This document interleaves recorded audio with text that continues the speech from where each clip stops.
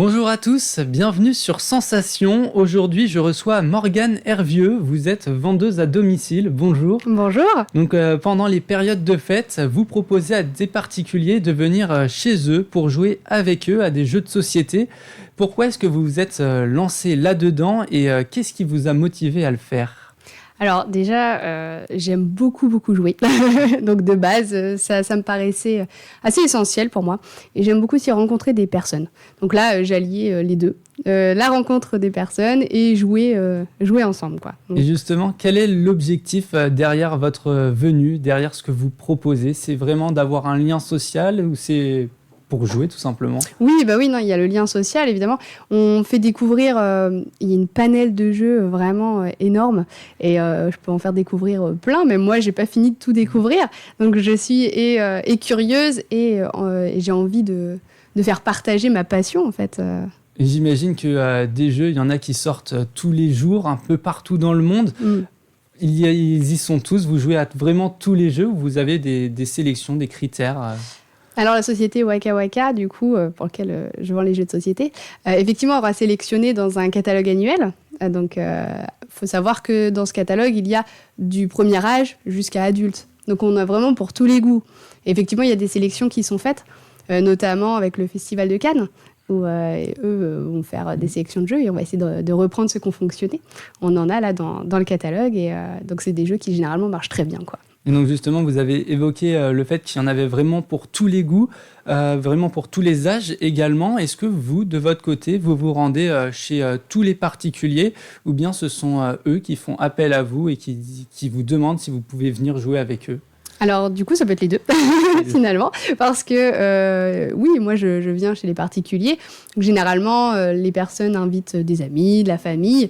On se réunit autour, alors ça peut être le soir ou une après-midi jeu, en fait, suivant si c'est des enfants ou si c'est des adultes. Donc, c'est pas les mêmes soirées ou les mêmes animations jeux, que ce soit avec des enfants ou des adultes.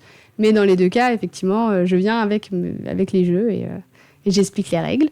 Et on passe un bon moment à jouer ensemble, quoi. Et donc, comment ça se passe, cette rencontre ? Vous venez avec le jeu, vous expliquez les règles, ensuite vous jouez, et le tout dans la bonne humeur, dans de la bonne ambiance ? C'est ça.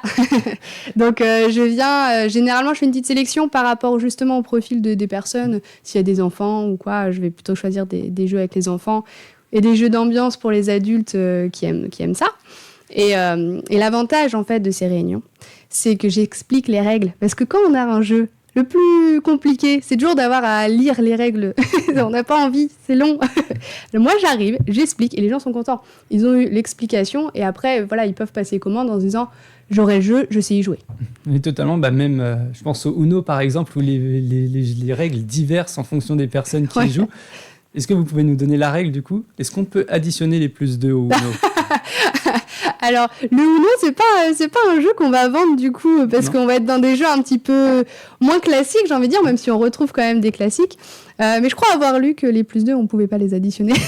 C'est bon à savoir. On va revenir sur vous maintenant. Vous avez été animatrice pendant 12 ans. En quoi ça consistait, votre métier d'animateur ? Qu'est-ce que vous avez animé ? Du coup, c'était principalement en centre de loisirs ou en périscolaire, donc avec les enfants. Donc effectivement, j'ai toujours fait ça finalement, depuis que j'ai 18 ans.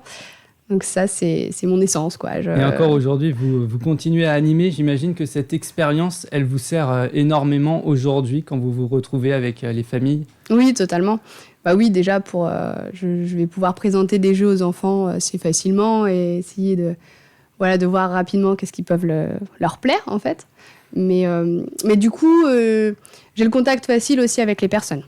Et il y a des critères à avoir pour être animateur, des qualités requises ? Pour pouvoir présenter des jeux ? Ou de manière générale, même pour jouer, pour apporter de l'ambiance en quelque sorte ? Oui, j'ai envie de dire, déjà, la première des choses, en fait, c'est d'aimer ce qu'on fait. Et quand on aime, j'ai envie de dire, ça se passe assez naturellement, finalement. Voilà, j'aime jouer, je transmets le jeu. Et les jeux d'ambiance, ça va très vite, quoi. Même les personnes qui me disent j'aime pas trop les jeux, je suis pas très jeu. Et j'ai des jeux pour les gens qui n'aiment pas les jeux. Vous vous adressez vraiment à tout le monde. Et j'imagine que vous ne devez pas tomber sur le même profil de personnes en fonction de chez qui vous allez. Il peut y avoir des bons joueurs comme des mauvais perdants. Est-ce qu'il faut savoir s'adapter à la personne qui est en face de soi ou finalement vous restez tout le temps naturel ? Bah, je reste quand même tout le temps naturelle. Ça, voilà. Après, justement, on en joue et on en rigole, en fait, et avec les personnes. Et justement, ils vont pas être attirés par le même type de jeu. C'est à moi de m'adapter en me disant, ok, bon, bah, ce type de jeu, non, j'en ai d'autres. Et je vais m'adapter, voilà, plutôt à leur conseiller des jeux qui vont leur plaire, finalement. Et est-ce qu'il y a des jeux qui reviennent souvent dans votre catalogue? Qui sont pas mal commandés, du coup, qui marchent bien? Qui marchent bien. Ah ouais, on en a. Alors là, qui marche bien, on a le Skyjo. C'est ça, celui-là, il marche très bien. Crazy Cup aussi. Là, on est sur un jeu d'ambiance et de rapidité avec une sonnette. Et donc, au-delà du simple fait de jouer à des jeux, j'imagine que ces rencontres peuvent permettre également énormément de choses. Quels sont les bienfaits, finalement, de se retrouver à plusieurs et de pouvoir jouer au jeu? Il y a l'objectif du lien social, mais il y a aussi derrière, j'imagine, toute une réflexion quand on joue, toute une imagination à développer. Ah oui, c'est ça. Ah oui, non, mais c'est. En fait, le jeu, il apporte énormément, quoi. On apprend beaucoup en jouant et finalement, c'est même un petit peu un besoin, même pour l'adulte. Parce qu'on se dit qu'en adulte, on joue plus, mais en vrai, on en a encore besoin. Et ça fait du bien parce qu'on se lâche, effectivement. Il y a le lien social, on est ensemble autour de la table et ça change de, par exemple, regarder tout le jour un programme télé, quoi. Là, on est sur de l'échange, vraiment. Et notamment après. Enfin, je veux dire plutôt pendant les périodes Covid qu'on a eues, ça fait du bien de se retrouver ensemble autour d'un jeu. Il y en a qui étaient contents de se dire on est content de renouveler les jeux parce qu'on en a fait pas mal pendant le confinement et là on tourne pas mal en rond, il nous en faut des nouveaux. Et donc justement vous parliez du confinement où il fallait jouer pour faire passer le temps. J'imagine qu'à Noël aussi c'est une grosse période de jeu pour vous. Oui, Noël forcément est une grosse période de jeu. Donc j'ai fait pas mal donc ça s'appelle des WAC animations. Donc, je suis intervenue au domicile des personnes, on a joué et comme ça, ils ont passé commande. Du coup, un petit peu plus discrètement. Oui. Mais l'idée est que là, je puisse livrer avant le 25. Ce qui est bon. Et le dernier jour, d'ailleurs, c'est aujourd'hui. Et donc, justement, vous parliez du fait de vous rendre chez les gens, de pouvoir les livrer avant le 25, parce qu'au-delà du simple jeu, vous pouvez également être amené à vendre ces jeux chez les gens chez qui vous allez. Voilà, après avoir testé plusieurs jeux, on va passer au moment de la commande. Les personnes vont pouvoir commander en me disant celui-là j'ai adoré, etc. On remplisse les bons de commande et moi ensuite je vais passer commande et dans les 3 jours après, suivant la livraison, je peux venir livrer en fait.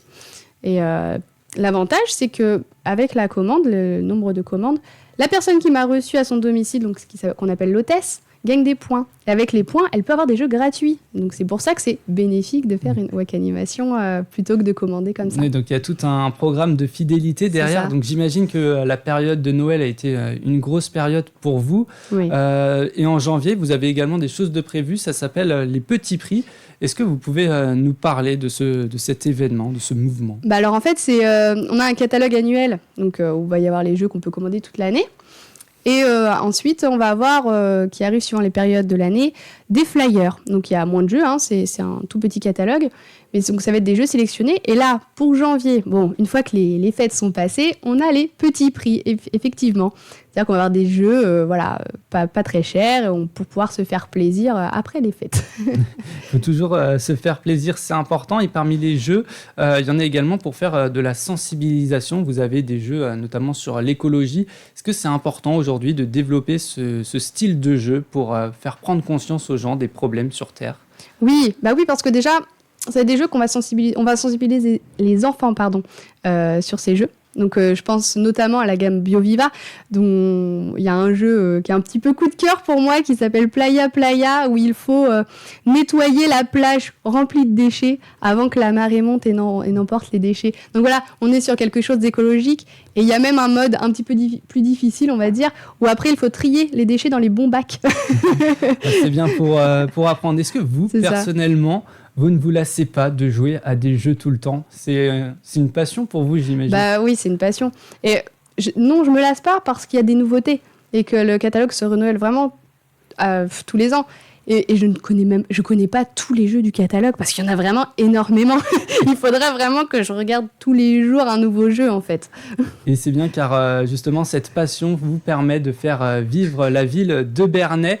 Merci beaucoup Morgane Hervieux d'avoir été avec nous sur Sensation. Je rappelle donc que vous êtes vendeuse à domicile et que vous organisez des après-midi et même des soirées jeux.